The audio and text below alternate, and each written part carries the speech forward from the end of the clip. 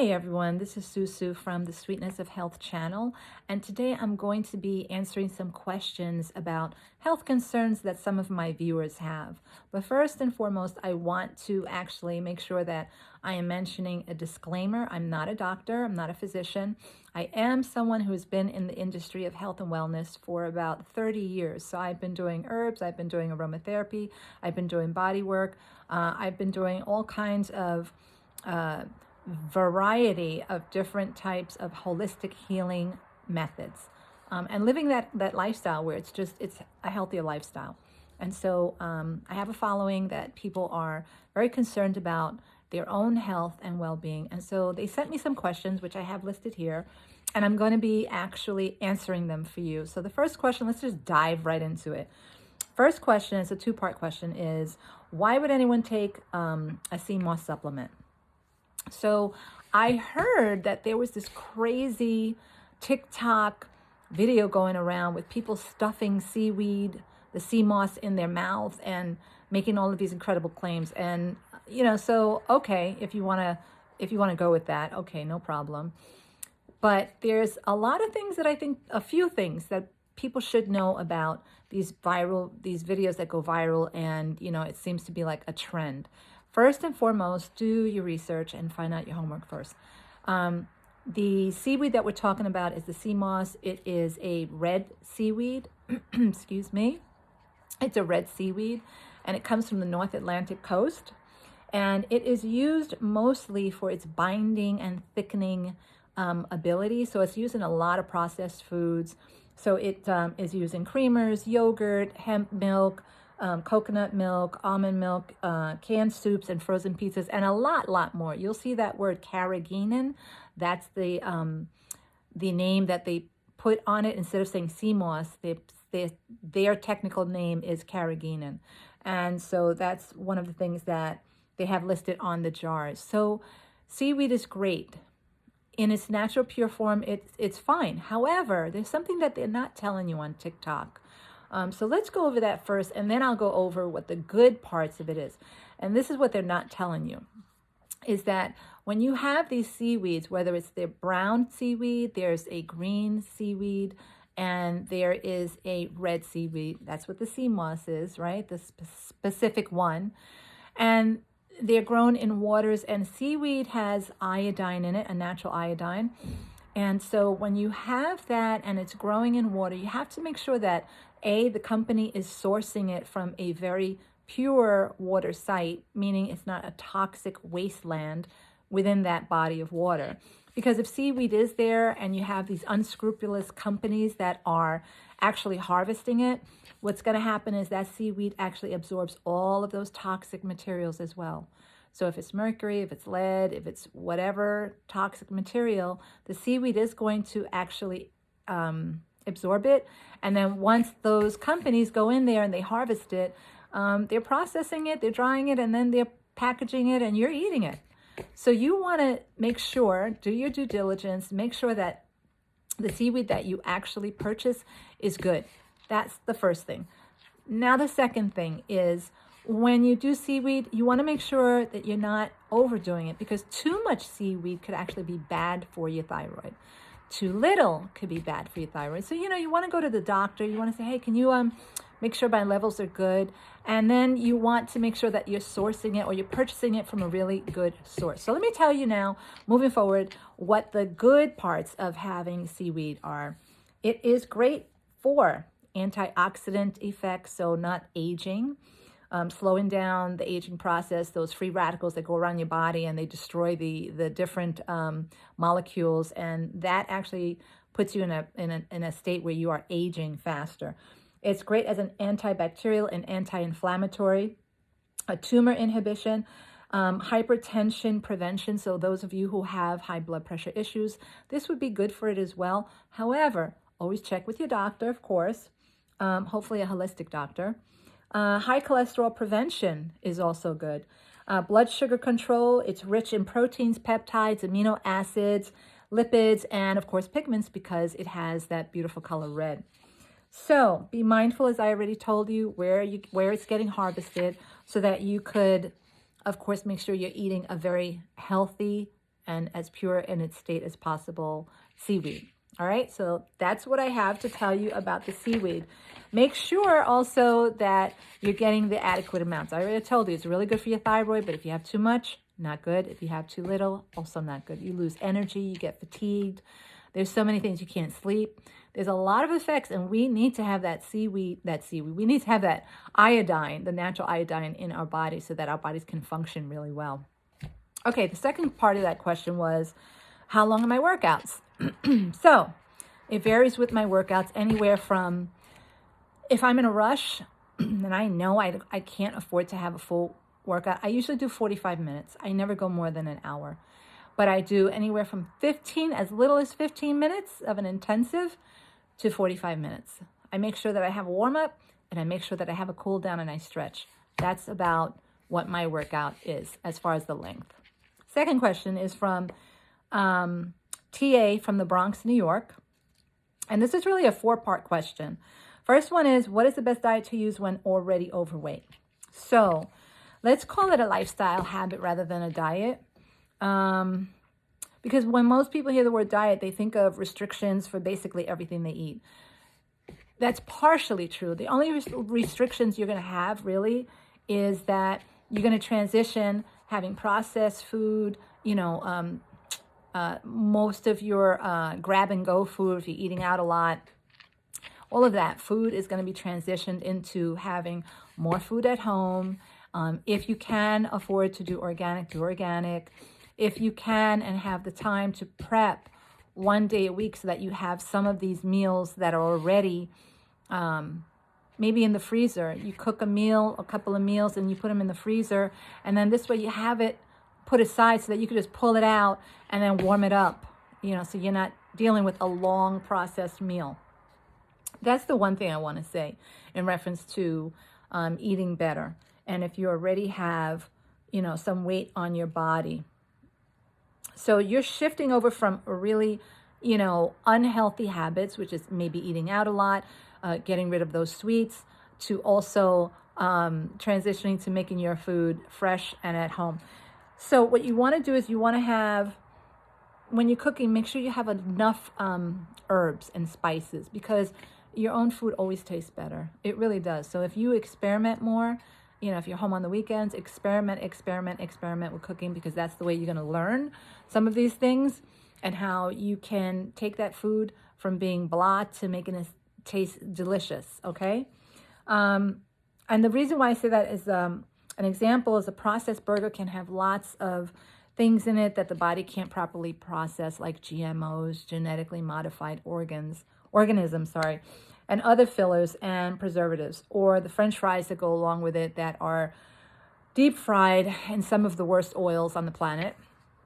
And the other thing is that, you want to make sure, because some of these companies, these restaurants that you go to, they don't change that oil frequently. And so if you have those oils and they're constantly frying food in it, for over a week, they don't change the oils, you could get sick. And I've had family members who have actually gone out to eat and then they threw up because of the oil. Not because of the food, because someone else ate the food. It wasn't that bad. So it wasn't food poisoning. It was oil that got them sick. Okay. Fresh food all the way. Fresh fruits, fresh vegetables, fresh meats. Cook your own. Drink lots of water, hopefully filtered water. I always recommend buying a really good filter instead of buying bottled water, because you're wasting your money with bottled water. Number one, not all of those companies are the best for bottled water. Poland Spring seems to be really good. There's a couple of other ones that are artesian water, meaning like these well waters, or they come out from these springs from, some mountain region.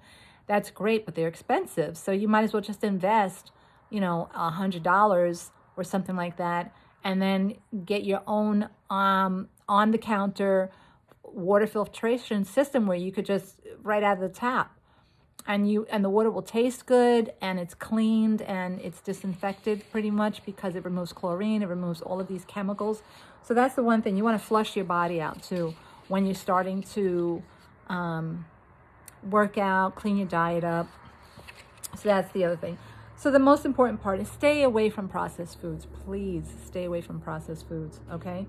Eat 6 small healthy meals, excuse me, as opposed to 1 or 2 big meals. In the beginning, it's always nice to just, if you have 6 small healthy meals, it'll get you through the day. After a while, once you start learning how to detox your body, like on your own, then you will be able to have 1 good healthy meal and fast for the rest of the day. So, other thing, avoid snacking in the middle of the night with sugars and snacks and carbs, that's not good for you. Eat healthy fats like avocados, coconut oil. Substitute coconut oil for cooking oil. Sunflower is good. Olive oil is always good just to have for your salads, and making other things with the olive oil. You could also use almond, cashew, or walnut oil. Those are good. Not for frying, though. Not for frying. So the first steps are really to just take the baby steps and change the food groups to eat healthier. Contact CSA, which are community-supported agriculture companies. They're like farmers that they go to these community, farmer markets, and they have their table set up. Please make sure that it's organic food and not sprayed or processed with things like glyphosate, because that can kill you. It's poison. And basically that's exactly what it is, because they spray all of the lawns and that kills bugs. And if it's killing bugs, how can they turn around and say, oh, it's just the bugs. It's not going to harm you. Well, it's a bug with a hard shell. We don't have hard shells, so how can it not harm us? So moderation, be patient with yourself, okay? It's also good to have emotional support, back you up. So whoever you're living with, tell your family, that you are going through this process, or you want to change something in your life, and drop some weight and eat healthier and exercise. Now, the second part of the question is, what are good exercises to start because of the weight? So she's experiencing a lot of body aches and pains, and I could tell you it's because of the excess weight on your body that you're experiencing that. It's a lot of pressure on your joints, and that will affect you. So any form of exercise is going to wind up affecting you. So, and it's not something that you should go through. So my suggestion is the most basic thing right now is do some walking. Just walk. If you live on flat territory, flat land, so your blocks go straight rather than going up the hill, just do walking, and start at your own pace, but at least 1 whole block. Some people can get out of breath, and I understand that. So you take your time. You just take your time doing it. All right? Challenge yourself each week. Remember, baby steps in this, okay? Challenge yourself each week, walking 1 block, then make it 2, then 3. You get what I'm saying. And then you can walk the 1/4 mile to 1/2 mile and so on. Most importantly, do not give up.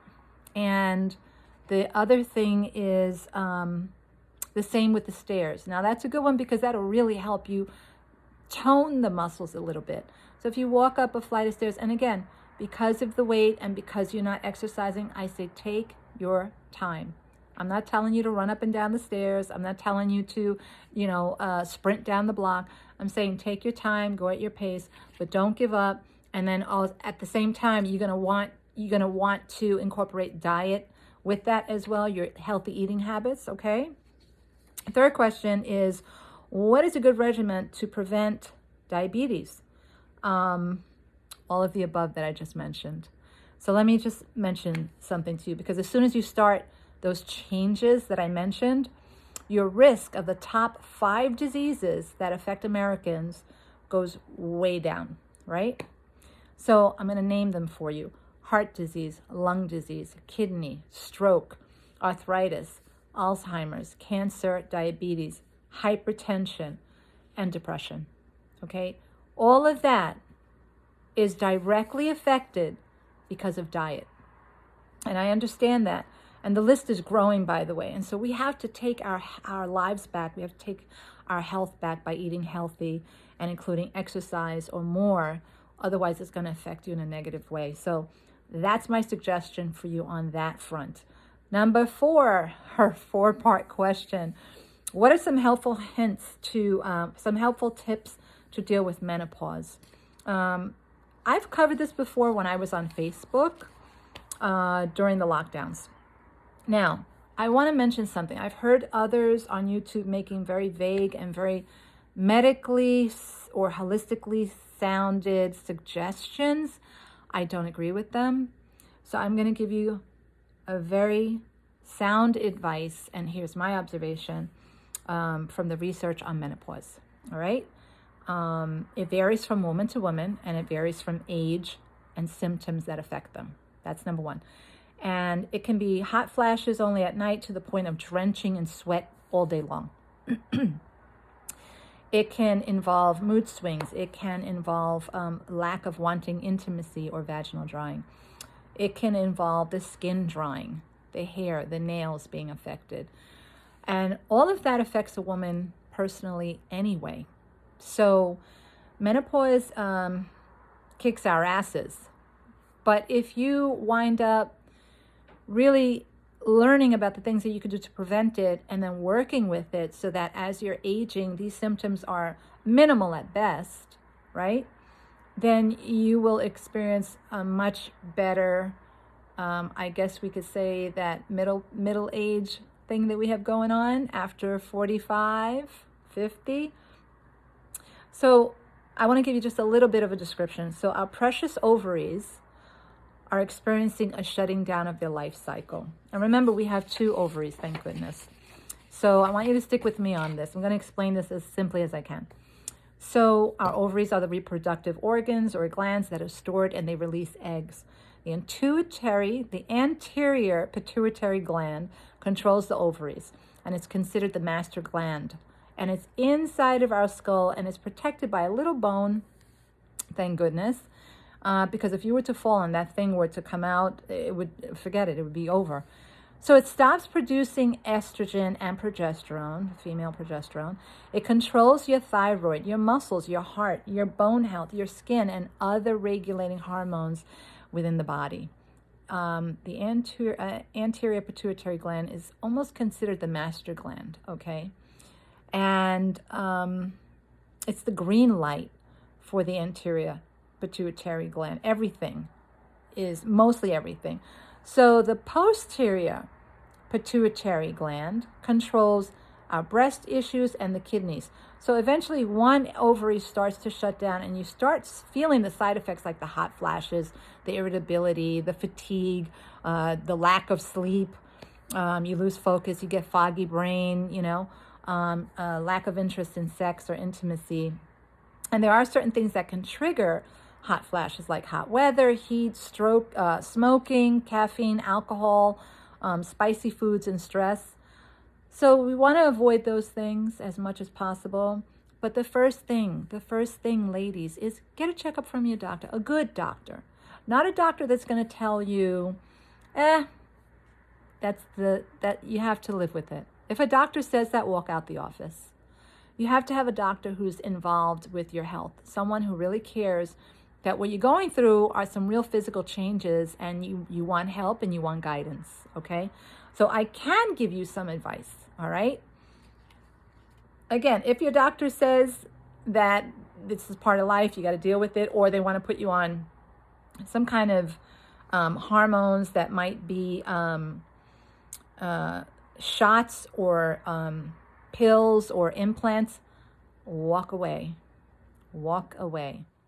I know of 2 people who had an implant that was placed just below the skin, and there was no way that you could get it out. Once it was implanted, that was it. And this poor woman, both of them, experienced the most horrific. It went into burning. I mean, it's funny because she had hot flashes, and this implant of the hormone, artificial hormone, made her have more hot flashes to the point that she felt like her skin was on fire. And there was nothing they couldn't take it out because it was dissolving in her skin. So she had to wait the full 6 months. Took 6 months to dissolve. So ladies, if they tell you take a shot, if they tell you here's a pill, don't do that. I got something for you. Just hang in there. All right. So you're going to check with your doctor. You're going to find out what the results are. And the other thing that I wanted to say is that 9 times out of 10, sometimes the thyroid is going out of whack, and it affects women's cycle or menopause in general. So you want to make sure that you have a good doctor that's going to check your thyroid healthy, that it's balanced, not on the low end of the scale or the high end of the scale, and then they say, oh, it's falling right in there in the middle. No. You want them to check properly. And then you're going to go for some things that they have out there. Flax seed oil. The best one I like, and I am not getting paid for this, I am not an affiliate of theirs, is Barney's. It's on the market. Barney's, Barney. And it's great. And it is the liquid. I'm not talking about a capsule. The liquid, and you have to shake the bottle really well, and it contains lignans. And these lignans help women with their menopause. They actually decrease all of those awful symptoms, okay, or side effects of the ovaries shutting down. All right. Next thing is maca root, M-A-C-A. Maca root, it is from Peru, and it's not just the women that use it, it's the men that use it too. The men use it and the women use it when they are younger so that it can keep them fertile, and it can regulate their cycles, specifically women. And for men, it's good for to making sure that they can have babies. They can make babies. For women who are aging into their menopause years, they do not go through all of the things that American women go through, because it helps them transition so that their body does not feel these extreme conditions or side effects from the ovaries shutting down. All right? That's one. Angelica root. Angelica herb is another one. It's a great herb, or it's called dang quai in the Chinese category. So it's like a female ginseng. It's really good. So natural foods that activate estrogen and progesterone in small amounts that help our body age with ease, not crash, okay, like a boulder. So it's been strongly suggested for us to eat fermented soy. All right? So miso soup is one. I don't know if you guys eat tofu, but I eat tofu and I do eat that. Soybeans, chickpeas, lentils, flaxseed, grains, beans, fruits, red clover. These are all things that are really good for women who are going through the menopause phase. And vegetables help the body even more.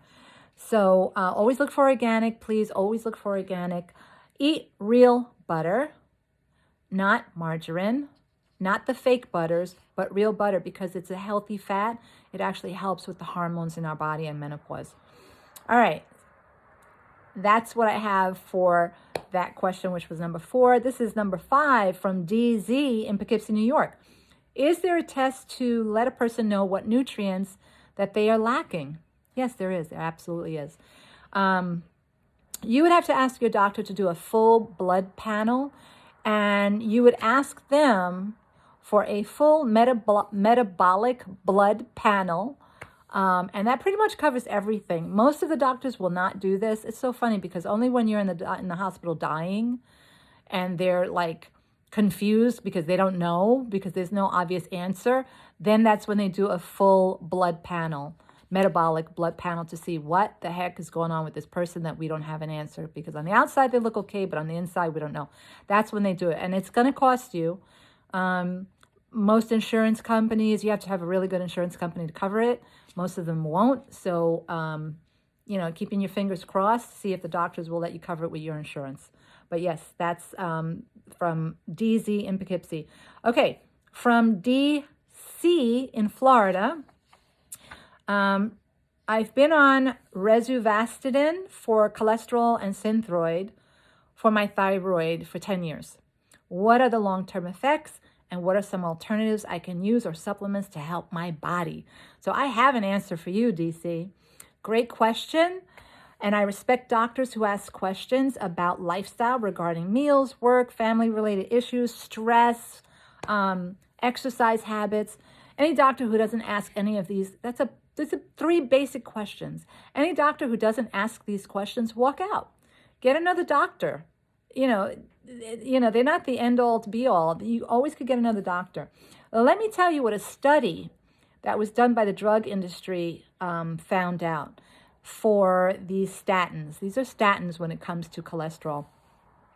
Study was done and it found that rats who had been taking and fed statins had an increase in breast cancer and other cancers in both men and women taking them.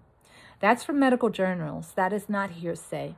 So I read all of the medical information and I cross-reference with holistic medicine, also written and peer-reviewed by holistic doctors to confirm whatever I'm actually putting out there.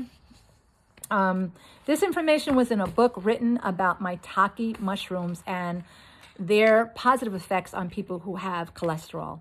So maitake mushrooms, again, as a substitute for statins, because they have natural beta-glucans, or in other words, healthy sugars, and that helps heal the body. So let's start with the cholesterol. Let's just talk about that a little bit.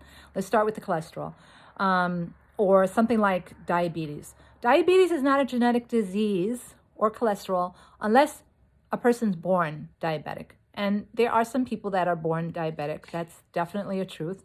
And in very rare cases, someone with some kind of cholesterol or lipid issue with their body metabolic system as an infant. But it's really self-induced. And so I suggest that this is all, it has to do with lifestyle. So buying processed foods and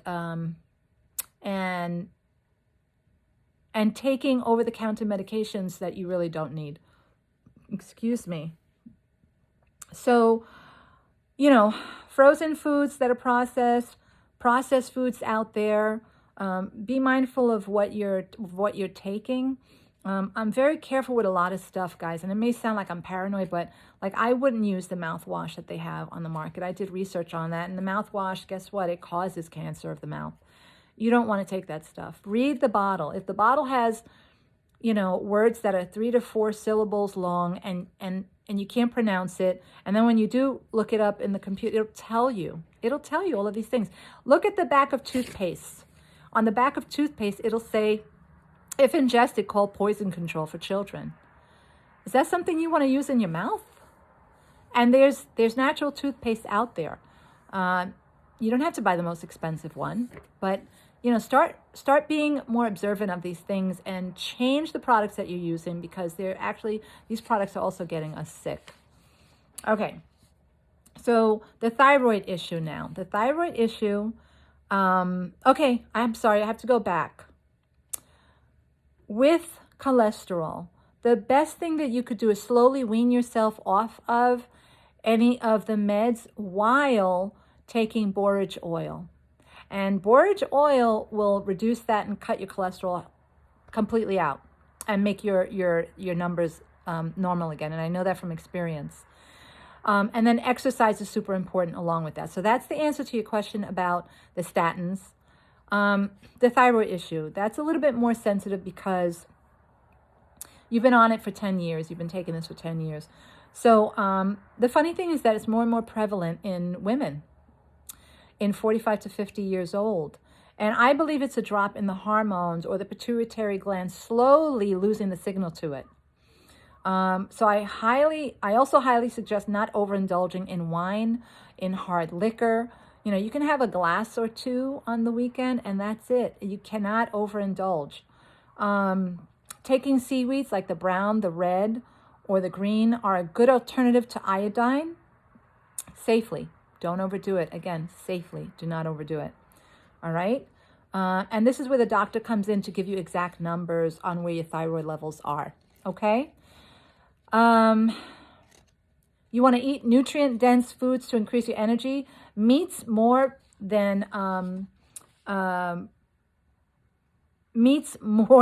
and beef and chicken included in that. I'm sorry, I'm reading this stuff and I'm trying to see, does this make sense? With occasional liver, and I know, I have to tell you, I never thought I would be gung-ho about saying, Let's eat some organ meats like the liver. It's actually really good for you. And as a child, I was forced to eat that because I was severely diabetic. I'm not sorry. I was severely anemic, which almost led to me being diabetic. So I had so much liver. I was just disgusted with it after a while. I haven't eaten liver since that little girl that was very sick. So I hope that helps you, DC from Florida. Next question. This is from SG in New Jersey. And she asks, what I can suggest for women who have PCOS, which is a short term for polycystic ovary syndrome. And it describes numerous small cysts, filled fluid sacs that form in the ovaries, and when ovulation doesn't happen, the ovaries can develop small cysts, which they burst, and they can be very painful for women. These cysts can make hormones called androgens, and women with PCOS often have higher levels of androgens, which means that it interferes with their menstrual cycle. And on top of that, it deals with, it affects hair loss, it affects insulin levels. The person can become diabetic because they're also gaining weight, and that can be an issue which could lead to diabetes. They're not processing the insulin right in their pancreas.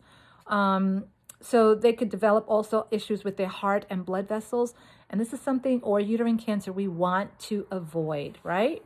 So let's talk about, what do you do for someone who might be in that position? Here's what I would suggest. And knowing this person, I'm going to say this to all of you. If you have mercury fillings in your teeth, if you have any mercury fillings, go straight to the dentist and get rid of them. Get them out of your mouth. Mercury leaks.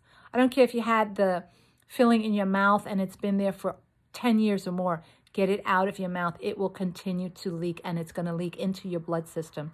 And when it does leak into your blood system, hey, guess what? It can lead to autoimmune disease. Hello? What does PCOS sound like? Autoimmune disease. Okay? If there's no explanation, if there's nothing that can link it to your family history, your genetics, then how do you have it? If you have mercury fillings, that's probably the number one reason why you have it. First thing, get those mercury fillings out of your mouth. Second thing, go to a holistic practitioner. Go to someone that knows what they're doing. Detox your body, okay? Detox your body by going into an infrared sauna, going into a steam room, taking a mud bath, believe it or not. And you can buy the clay, and then you just rub it all over your body. You wet it and you rub it all over your body, and you let it sit on your body for about, 15 minutes, 10 minutes. And then you wash it off and you scrub your body off. And that will actually pull some of the toxins through your skin. Doesn't mean that your liver is completely detoxed. It doesn't mean that the rest of your organs are, but it's a start. When you're doing an infrared sauna, that helps to really force a lot of the toxins out of your body, okay? Because there's nothing better than an infrared sauna. All right, here are some other things that you could do. Eating nutrient-dense foods that actually pull the metals out of your body. Here's 10 foods, okay? Cilantro is number 1. I love cilantro. Wild blueberries is number 2. Garlic is number 3. Turmeric is number 4. Lemons is number 5. Chlorella or algae is number 6. Beets, number 7. Artichokes, number 8. And ginger, number 9. I'm missing one. I can't remember which one it is, but I gave you 9. So also look around for a CSA and buy organic foods, okay? That's the other thing that you want to do. Now, the second part of that question was related to hair loss that she's experiencing. Certain herbs are great for hair loss. Rosemary, alma oil, olive oil, calendula oil, but it has to be infused with some rosemary. But the other thing you could do is drink dandelion tea with burdock root, or you could drink dandelion tea with horsetail, or you could drink nettle. You just can't drink nettle too long because it's not good to have it every single day. You could do that with alfalfa, right? And you only need to use 2 to 3 herbs together to mix them to have a good effect as far as them helping each other synergistically so that they work on your system. Exercise. Make your diet as fresh as possible. Again, fresh greens, fresh fruits, and fresh meats. Try and do as much. When I say fresh meats, I mean like going to the butcher and getting fresh meats. I know that you have to, of course, store the stuff in the freezer, but as good food as possible and organic is best. It really is. Okay, the last part of the question is, one simple exercise that she could fit into her busy schedule that would improve her overall health and weight loss. And I say that this is a trick question. And I say it because if she has such a busy schedule, how many distractions does she have throughout the day? What part of the day can you commit to that you could do burpees for 5 minutes? And when I say burpees, I'm not talking about jumping up and down like a professional athlete. I'm talking about just making the motions and the movements and going at a very steady pace, whatever your pace, however you can handle it, especially if you have that excess weight on your body. Okay, so again, if you haven't exercised at all, you want to go slow. You want to take your time, and that's fine because you don't have to do this in a gym. All right, a lot of people think you should go to a gym. I think you could go to a gym if you can handle it. And before you go to the gym, sometimes it's good to prep yourself before going to the gym so that you're not disappointed when you get there. And that's a reality that a lot of people have. You know, they say, oh, I'm going to the gym. They sign up for a membership, and then boom, they go and they're disappointed because they don't have a professional with them to help them walk them through it. They wind up injuring themselves from overdoing exercise, not stretching, not warming up. I mean, listen, I know because I'm a trainer and I've done this and I've seen it. All right. I hope that helps you in Jersey girl. Now, this is from YL from the Bronx, New York. How can she keep her blood pressure under control without medication? And how can she lose weight safely and slowly and keep it off? So this is a good question. These are good questions. First of all, let's talk about what is high blood pressure or hypertension, which is the same thing. It's a condition that affects the body's arteries. All right. So when the blood is forcing through those arteries, the arteries are not flexible enough to actually move with the blood flow. And so they're more constricting rather than being more relaxed. And that winds up putting pressure on the arteries, which raises the blood pressure, okay? And so there's a two-part to that. Just stick with me on this, and I want you to hear me out. So as I just said, it can put pressure. The heart has to work harder to pump the blood, and if left untreated, it can cause serious things, including risk of heart attack, stroke, kidney disease, blindness, and other serious health problems. Normal blood pressure is between 120 over 80. So 120 is the top number and 80 is the bottom number. With elevated blood pressure, the number ranges from 120 to 129, the top number, and not above 80. And then stage 1 hypertension is from 130 to 139. Top number 130, bottom number 139. That's pretty high, all right? You don't want to get there. And so Himalayan salt, the pink salt, is really good because it has magnesium in it. And it has healthy magnesium. And we need magnesium in our body, people. We need magnesium because it helps with over 600 functions of the body. And the arteries and the blood capsules and the blood vessels are part of that. So the more that we have some healthy magnesium and salt in our body, I should say, don't use the white iodized salt. It's garbage. And then, of course, you have to look at what else are you eating? What else are you putting in your body? Are you overweight right now? Are there things that you're doing to actually increase that hypertension in your body? So change your meals, please. If you have a weight issue, change your meals. Start a regular routine of movement, okay, with your body. Pacing yourself starting, like 5 to 10 minutes literally a day. It's not something that, will harm you. And you want to pace yourself accordingly because you don't want to trigger the high blood pressure to get any worse while you're exercising, okay? You want to really be mindful of that. So I hope that that helps you out, YL in Bronx, New York. This is from EL from Esopus, New York. And he asks, as an aging man of 41, how can he keep active with his busy work and life schedule? What can he do to lose weight? What he didn't mention is if he had any kind of health issues, which I'm assuming he doesn't. And so it's just about weight and him wanting to drop it. So my question is, what are your daily eating habits? Is it processed foods? Is it grab and go? Is it a lot of carbs, which turn that sugar into your body? And as we get older, it becomes more challenging to burn off weight, as we all know. So if our schedule is work all day and then come home late, and then you go straight to bed, of course, and then because of sheer exhaustion, only to do it all over again the next day for the next several days, then that's the hamster on the wheel, isn't it? No bueno. So somehow you have to figure out, you get up a little earlier by an hour or so, and then you start your day by walking. And again, pace yourself. For everyone who hasn't worked out, do not think you can go out there and then be the athlete. Don't fool yourself by thinking, oh, I could do this, it feels great. And you do a little bit more, and then you do too much, and then the next 3 days, you're laying in bed because you can't move because your muscles are so sore. You don't want to do that. You don't want to do that, people. Okay, so if you haven't done any form of exercise, start with walking. I just said this to 2 other people. Start with walking. It's the easiest thing, and you can pace yourself, and you build it up slowly.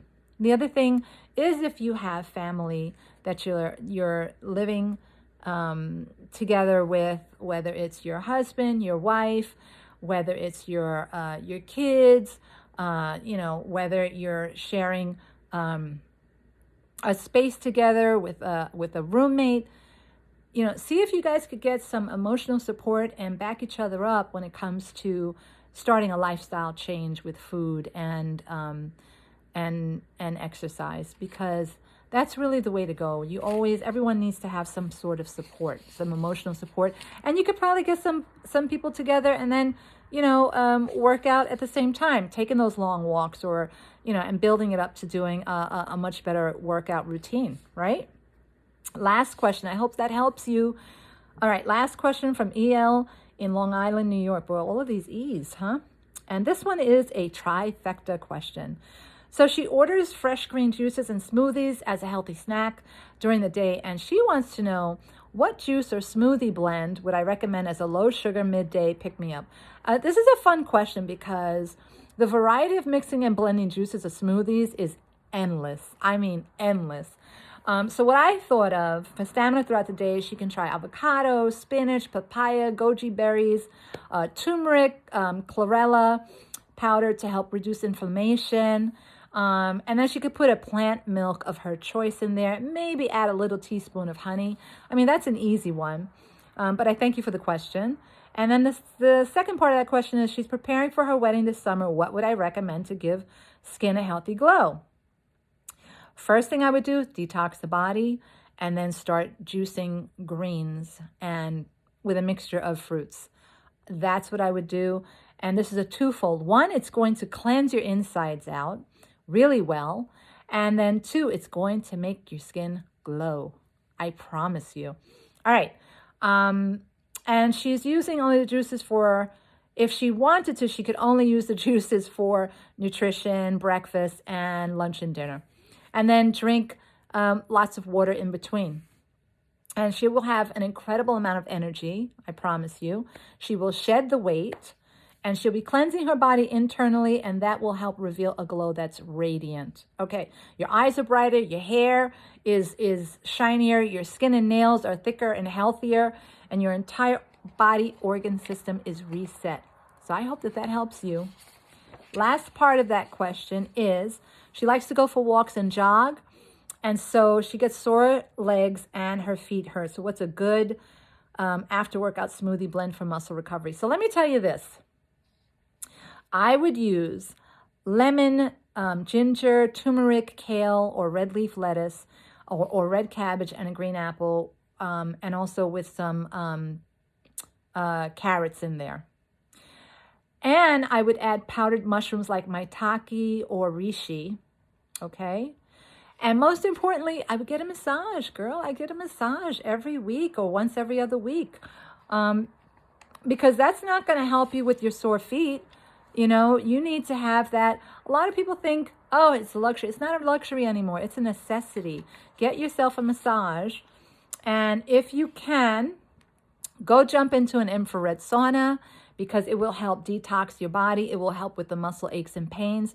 And it will also help you burn some calories without running around the block. You will absolutely pour sweat. So I love that. So, you know, just winding it down. That's the end of the questions. And I think I've answered everything here today. And I hope that everyone enjoyed the info. And I got something out of it. Most importantly, listening to what other people are actually going through. I hope that you got something out of it as well. If you like this information and you like this channel, please hit the button, hit the like button, and share and keep following. And remember, from the bitterness of disease, we learn the sweetness of health. Signing off, Susu. Until next time, bye-bye.